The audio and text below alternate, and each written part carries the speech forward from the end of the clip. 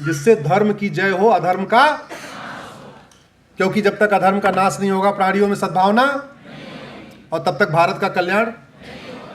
लेकिन उन्होंने क्या किया, 1991 में, 1991 में एक कानून बनाया, उसका नाम है प्लेसेस ऑफ वर्शिप एक्ट।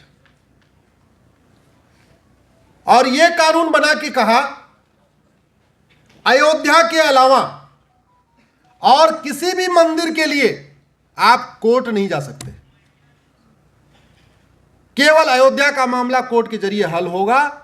इसके अलावा और कोई भी विवाद, चाहे वो धार का विवाद हो, चाहे वो भोजशाला का विवाद हो, चाहे वो मथुरा का विवाद हो, चाहे वो काशी का विवाद हो, चाहे वो जौनपुर के अटाला का विवाद हो, ऐसे 100 से ज्यादा और महत्वपूर्ण स्थान है। जिन धार्मिक स्थानों का विवरण वेद पुराण में है या गीता रामायण में है या धार्मिक किताबों में है, जिन स्थानों के बारे में इतिहासकारों ने कहा है इनको तोड़ के बनाया गया, जिन स्थानों के बारे में वास्तुशास्त्री कहते हैं कि ये तोड़ा गया, जिस स्थानों के बारे में जो पुरातत्व के एक्सपर्ट हैं वो कह रहे हैं तोड़ा गया, वैज्ञानिक कह रहे हैं तोड़ा गया, धर्माचार्य कह रहे हैं तोड़ा गया, इतिहासकार कह रहे हैं तोड़ा गया, तोड़ने वाले ने अपने गजेटियर में लिखवाया कि हाँ मैंने तोड़ा। उन स्थानों के लिए कोर्ट जाने से रोक देना हमें और आपको, ये देश से गद्दारी है कि नहीं, जरा जोर से बोलिए। तो ये प्लेसेस ऑफ वर्शिप एक्ट पे जिन लोगों ने साइन किया है वो मक्कारी किया कि नहीं किया? ये संसदीय महापाप है कि नहीं? ये देशद्रोह है कि नहीं? ये भारत की संस्कृति, भारत की सभ्यता के साथ गद्दारी है कि नहीं? लेकिन ऐसा कानून बनाया गया। इस कानून को हमने सुप्रीम कोर्ट में चैलेंज किया है। मेरे साथ हमारे मित्र विष्णु जैन है, हरिशंकर जैन, उन्होंने चैलेंज किया है, और कुछ महामंडलेश्वर भी आ गए हैं। अभी हम इसको सुप्रीम कोर्ट में चैलेंज किए हैं, इसकी सुनवाई कर रही है, और आप लोगों का आशीर्वाद रहा, आप लोगों का स्नेह रहा, तो 6 महीने साल भर के अंदर जब सुनवाई होगी, ये तय मानिए इस घटिया कानून की अंतिम कील हम ठोकेंगे सुप्रीम कोर्ट। किसी भी देश का, किसी भी देश की जो संसद होती है वो वहां की संस्कृति को बचाने के लिए कानून बनाती है। संसद की ड्यूटी है वहां की भाषा का विकास करना, वहां की संस्कृति का विकास करना, इस तरीके के नियम कानून बनाना जिससे भारतीय संस्कृति, भारतीय ज्ञान विज्ञान, भारतीय भाषा, भारतीय रीति रिवाज, भारतीय कल्चर, उसका प्रचार प्रसार हो। लेकिन किया गया ठीक उल्टा, और ये प्लेसेस ऑफ वर्शिप एक्ट बना के कह दिया कि अयोध्या के अलावा अब आप किसी मंदिर को कोर्ट में जा नहीं सकते हो। इसका मतलब क्या हुआ? कोर्ट का दरवाजा ही बंद कर दिया। अगर लोकतांत्रिक देश में किसी विवाद का समाधान कोर्ट के जरिए नहीं होगा तो याद रखिए लोकतंत्र खत्म हो जाएगा, भीड़तंत्र हावी हो जाएगा। सबसे शांतिपूर्वक जो किसी विवाद का समाधान होता है वो कोर्ट के जरिए होता है। और सरकार ने, संसद ने, उस समय की कांग्रेस की सरकार ने अपने सहयोगियों के साथ यह काला कानून बनाया, यह महापाप किया उन्होंने, जिस पर हम पहली बार आज चर्चा कर रहे हैं इस धरती पर। इस महापाप को वापस लेना जरूरी है।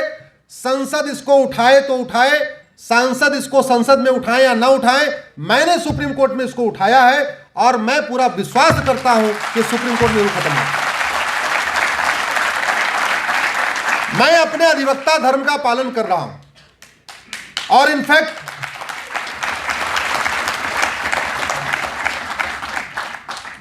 एक्चुअल में मैं एक्सीडेंटल इंजीनियर था। पिताजी की इच्छा थी, हमारे गांव में कोई इंजीनियर नहीं था, तो बोले तुम इंजीनियरिंग करो। तो पिताजी जी की इच्छा थी, तो मैं बड़ा था, हमने कहा मैं नहीं पूरा करूंगा, छोटा वाला नहीं करेगा, तो मैं इंजीनियर बन गया। फिर मुझे लगा कि ये, मैं कई कंपनियों में रहा, लास्ट कंपनी थी मारुति जो कार बनती है, मैं उसमें था, वहाँ से छोड़ा मैंने। तो एक्सीडेंटल इंजीनियर बना। एक्सीडेंटल इंजीनियर इसलिए मैं कह रहा हूं कि मेरे साथ वाले आज की डेट में कोई जीएम बन गया, कोई डीजीएम बन गया, कोई 10 लाख तनख्वाह ले रहा है, कोई 20 लाख तनख्वाह ले रहा है, मैं बीच में सीनियर इंजीनियर से छोड़ के बाहर आ गया, तो एक्सीडेंटल हो गया। मैं एक्सीडेंटल एडवोकेट भी हूं, क्योंकि मेरे साथ वाले मर्सिडीज पे घूमते हैं, मैं वैगनार से घूमता हूं। तो मैं इसलिए बहुत अच्छा वकील भी नहीं हूं। मैं एक्सीडेंटल पॉलिटिशियन भी हूं, क्योंकि मेरे साथ वाले, अगर आप मेरी विकिपीडिया पे जाओगे तो आपको पता चल जाएगा, मैं बीजेपी में तो बाद में आया था। इनफैक्ट मैं आम आदमी पार्टी का फाउंडर था।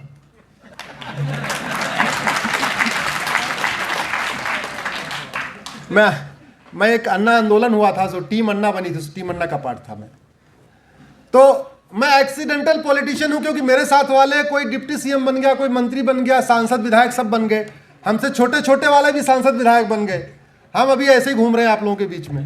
तो accidental engineer, accidental advocate, accidental politician. लेकिन मैं सोच रहा हूं कम से कम भारत माता का एक अच्छा बेटा बन जाऊं, ये मैं कोशिश कर रहा हूं।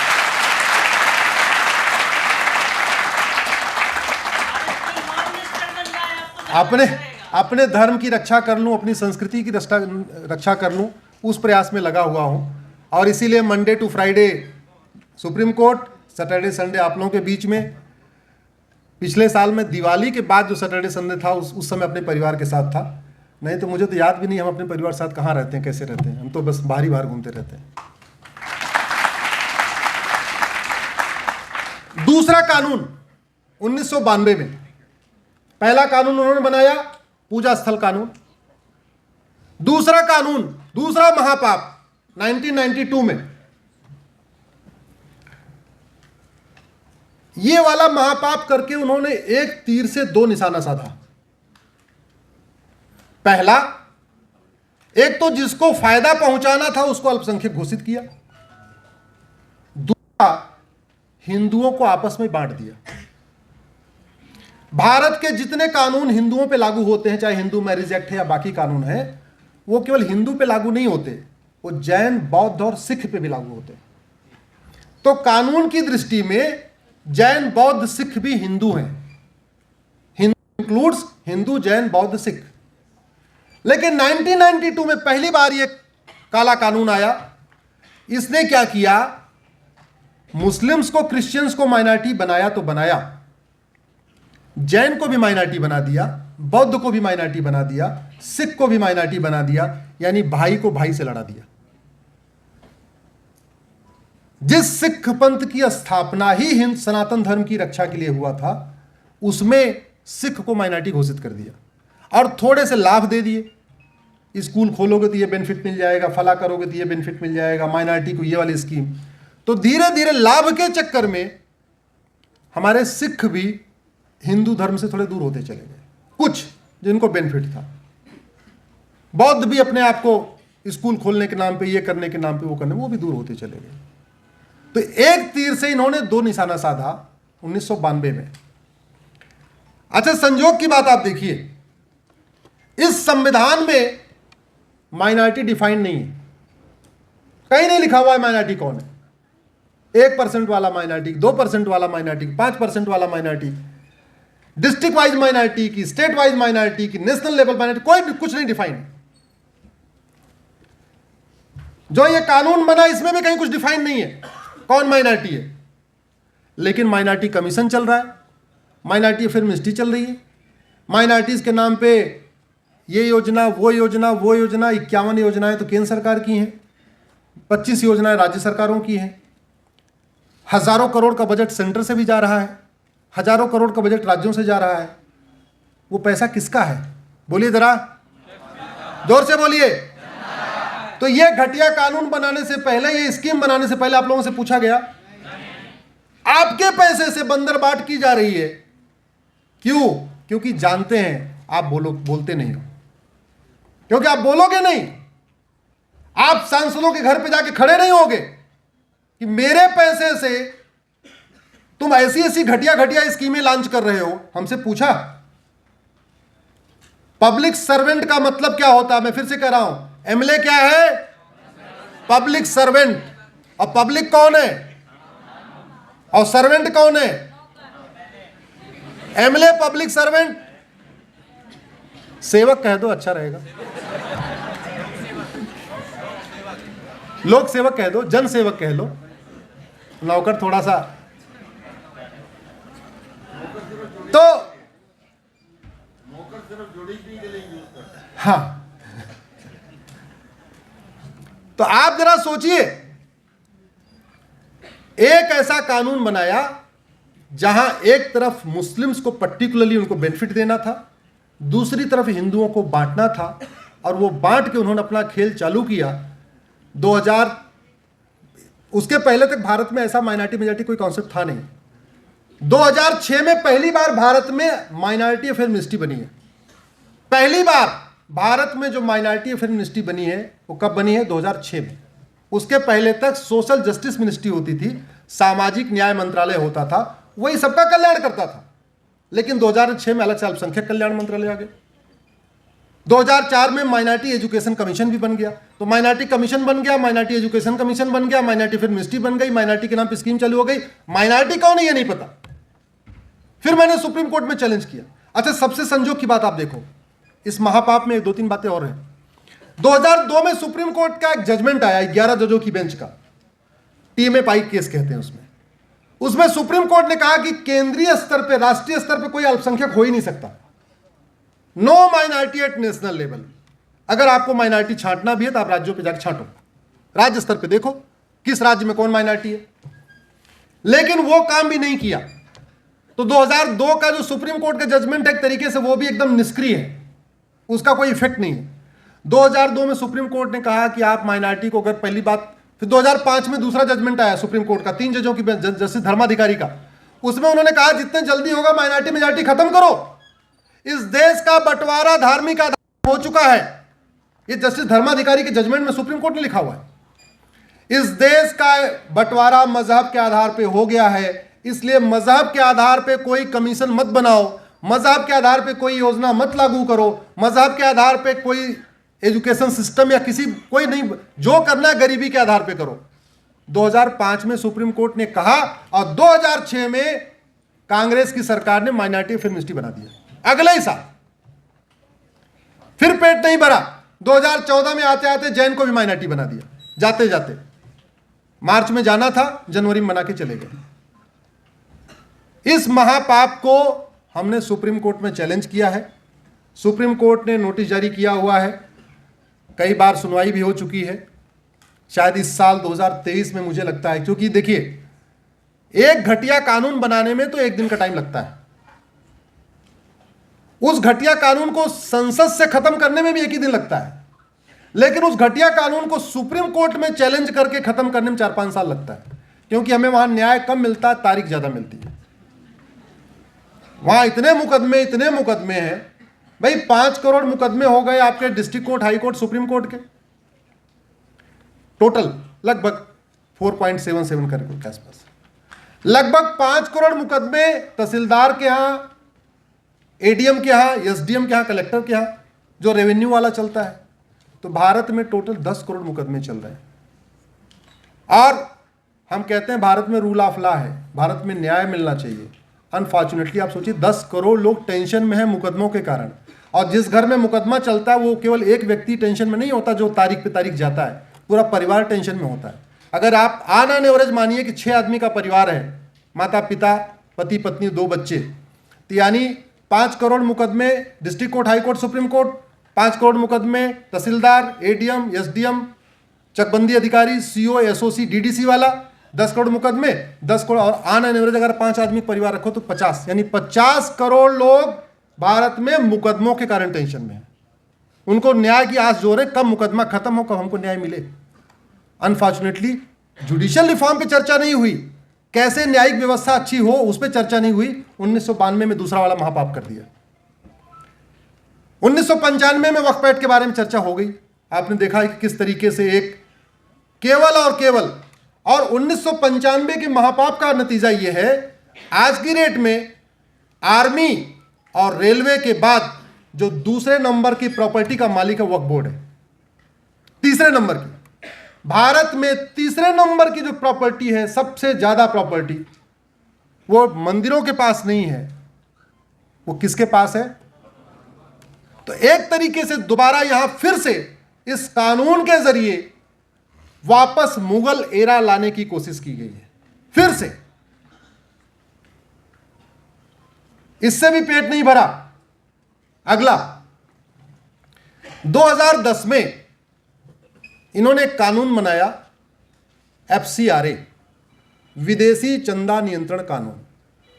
नाम बड़ा प्यारा है, नाम से ऐसे लगता है कि विदेशी चंदा को नियंत्रण करने के लिए बनाया गया है। जैसे पहले वाले का नाम है पूजा स्थल कानून, तो नाम से इतना प्यारा लगता है कि पूजा स्थलों के रखरखाव के लिए बनाया गया है, ऐसे लग रहा है ना भाई। नाम पूजा हो, पूजा स्थल कानून, ऐसे लग रहा है कि मंदिरों की रक्षा के लिए, मंदिरों के हित में कुछ बनाया गया, लेकिन ठीक उल्टा है, ठीक मंदिरों को उल्टा बनाया गया। ऐसे जो 2010 का FCRA है, जिसका नाम है विदेशी चंदा नियंत्रण कानून, विदेशी चंदा विनिमय कानून, एक्चुअल में यह हवाला को लीगलाइज करने के लिए बनाया गया। इस भारत में जितनी भी देश विरोधी गतिविधियां होती हैं, जितनी भी XYZ देश विरोधी फिल्में बनती हैं, या तो हवाला के जरिए फंडिंग होती है या तो FCRA के जरिए फंडिंग होती है। देश विरोधी नाटक खेले जाते हैं, या तो हवाला के जरिए फंडिंग होती है या तो FCRA के जरिए फंडिंग होती है। देश विरोधी ट्विटर पे ट्रेंडिंग होती है, या तो हवाला से फंडिंग होती है या तो FCRA से फंडिंग होती है। माओवादियों की फंडिंग या तो FCRA से होती है या तो हवाला से होती है। नक्सलियों की फंडिंग हवाला से होती है, इसी FCRA से होती है। जिहादियों की फंडिंग या तो हवाला से होती है, FCRA से होती है। देश विरोधी लेख लिखने की फंडिंग अखबारों में या तो हवाला से होती है या तो FCRA से होती है। तो चूंकि पहले हवाला से पूरी फंडिंग चल रही थी, फिर सरकार को ध्यान आया, सोनिया गांधी जी को, कि क्या पता 2014 में हम चले जाएं। हम चले जाएंगे तो जो हमारे ये पालतू NGO हैं, हमारे पालतू बुद्धिजीवी हैं, जो हमारे पालतू पत्रकार हैं, जो हमारे पालतू कलाकार हैं, जो हमारे पालतू गायक हैं, जो हमारे पालतू नर्तक हैं, इनकी फंडिंग कैसे आएगी। तो उन्होंने क्या किया, कानून बना दिया। इस देश पे जो काम मुगलों ने तलवार के दम पे किया था, वही काम अंग्रेजों ने कानून बना के किया, और वही काम कांग्रेस ने भी किया है, कानून बना के। अंग्रेजों के कानून और कांग्रेस के कानून, मैं आपको 2 दर्जन एग्जाम्पल दे सकता हूं, जहां अंग्रेजों ने या तो बांटने के लिए कानून बनाया या लूटने के लिए कानून बनाया, उसी तरीके से कांग्रेस ने भी या तो देश को बांटने के लिए कानून बनाया या तो देश को लूटने के लिए कानून बनाया। इस FCRA से लगभग 50,000 करोड़ की फंडिंग आती है। सबसे ज्यादा फंडिंग आती है मिशनरियों को, जो पूरे देश में धर्मांतरण कराते हैं, लालच दे के, स्कूल खोल के, हॉस्पिटल के नाम पे, इलाज के नाम पे, जैसे भी करते हैं। उसके बाद जिहादियों की फंडिंग होती है। उसके बाद लेख लिखने वालों की फंडिंग होती है, जो देश विरोधी लेख लिखते हैं। पत्रकारों को फंडिंग होती है। दिल्ली में ये कई सारे न्यूज चैनल का नाम नहीं लूंगा, लेकिन आप लोग भी भोपाल में है, लेकिन न्यूज चैनल सबका नोएडा में है। नोएडा में एक स्थान है फिल्म सिटी, जहां सारे न्यूज चैनल हैं। वहां पे ऐसे कई पत्रकार हैं, वो शाम को 8-9 बजे बड़ी नैतिकता की बात करते हैं, 10 बजे भी बड़ी नैतिकता की बात करते हैं। उनकी तनख्वाह 1 लाख रुपए है, लेकिन वो 300-300 करोड़ के बंगले में रहते हैं। ऐसे कई न्यूज एंकर हैं जिनके पास 500-500 करोड़ का फार्म हाउस है फरीदाबाद, गुड़गांव में। ऐसे कई न्यूज एंकर हैं जिनके पास दिल्ली के कनॉट प्लेस में